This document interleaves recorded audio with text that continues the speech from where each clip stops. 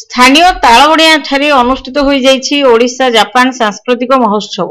Indo Japan friendship ସେଣ୍ଟରର ସଭାପତି ଶ୍ରୀମନ୍ତ କୁମାର ଦାସଙ୍କ ଅଧ୍ୟକ୍ଷତାରେ ଅନୁଷ୍ଠିତ ଏହି ମହୋତ୍ସବରେ ଅତିଥି ଭାବେ ଅତିରିକ୍ତ ଜିଲ୍ଲାପାଳ ନୀଳମାଧବ ଭୋଇ, ଜିଲ୍ଲା ପରିଷଦ ମୁଖ୍ୟ ଉନ୍ନୟନ ଅଧିକାରୀ ପ୍ରିୟରଞ୍ଜନ ପୃଷ୍ଟି, ପୌର ନିର୍ବାହୀ ଅଧିକାରୀ ଅଭିମନ୍ୟୁ ବେହେରା, ଉପଜିଲ୍ଲାପାଳ ରାଜକିଶୋର ଜେନା, ପର୍ଯ୍ୟଟନ ସହକାରୀ ନିର୍ଦ୍ଦେଶକ ସରୋଜକାନ୍ତ ପ୍ରଧାନ, ଲୋକସମ୍ପର୍କ ଅଧିକାରୀ ସନ୍ତୋଷ କୁମାର ସେଠୀ ପ୍ରମୁଖ ଯୋଗଦେଇ ଏହି ପର୍ବ ଭାରତ ଜାପାନ ମଧ୍ୟରେ ସାଂସ୍କୃତିକ ଭାବ ବିନିମୟ ସହ ଦୁଇ ଦେଶ ମଧ୍ୟରେ ଭାଇଚାରା ପ୍ରତିଷ୍ଠା କରିବାରେ ସହାୟକ ହୋଇଛି ବୋଲି ପ୍ରକାଶ କରିଥିଲେ।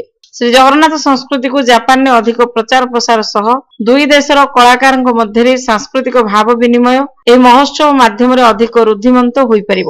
ଓଡ଼ିଶା ଜାପାନ ପର୍ବର ସଫଳତା କାମନା କରିବା ସହ ସମସ୍ତ ସଦସ୍ୟ ଓ କଳାକାରମାନଙ୍କୁ ଅତିଥିମାନେ ଶୁଭେଚ୍ଛା ଜଣାଇଥିଲେ। ଓଡ଼ିଶା ଓ ଜାପାନୀ କଳାକାରଙ୍କ ସାଂସ୍କୃତିକ ବିଚିତ୍ରରେ ମନ୍ତ୍ରମୁଗ୍ଧ ହୋଇ ଉଠିଥିଲେ ଉପସ୍ଥିତ ଦର୍ଶକମାନେ। ମହୋତ୍ସବ ପରିସର ତୁହାକୁ ତୁହା କରତାଳିରେ ଗୁଞ୍ଜରିତ ହୋଇ ଉଠିଥିଲା। ଜାପାନର ବିଶିଷ୍ଟ କଳାକାର ରିନା ନାକାନୋ, କାନୋ ମିଜୁଓଛୁ, ଏଇକୋ ଓନୋ, ରାମ ତାମାକି, ଆକିଏ ରିକାୟାନୋ, ମାମିକୋ ଶିବୁକି, ଓଡ଼ିଆ କଳାକାର ଗୁରୁ ରୋଜାଲିନ ମହାନ୍ତି, ବିଶ୍ୱବନ୍ଧୁ ଦାସ, ଦିବ୍ୟଜ୍ୟୋତି ନନ୍ଦ, ଶିବସୁନ୍ଦର ମିଶ୍ର, ଶାଶ୍ୱତୀ ଦାସ ପ୍ରମୁଖ ଭାରତୀୟ ଓ ଜାପାନୀ ନୃତ୍ୟ ସଙ୍ଗୀତର ସାଂସ୍କୃତିକ ବିବିଧତାକୁ ରୁଦ୍ଧିମନ୍ତ କରିଥିଲେ।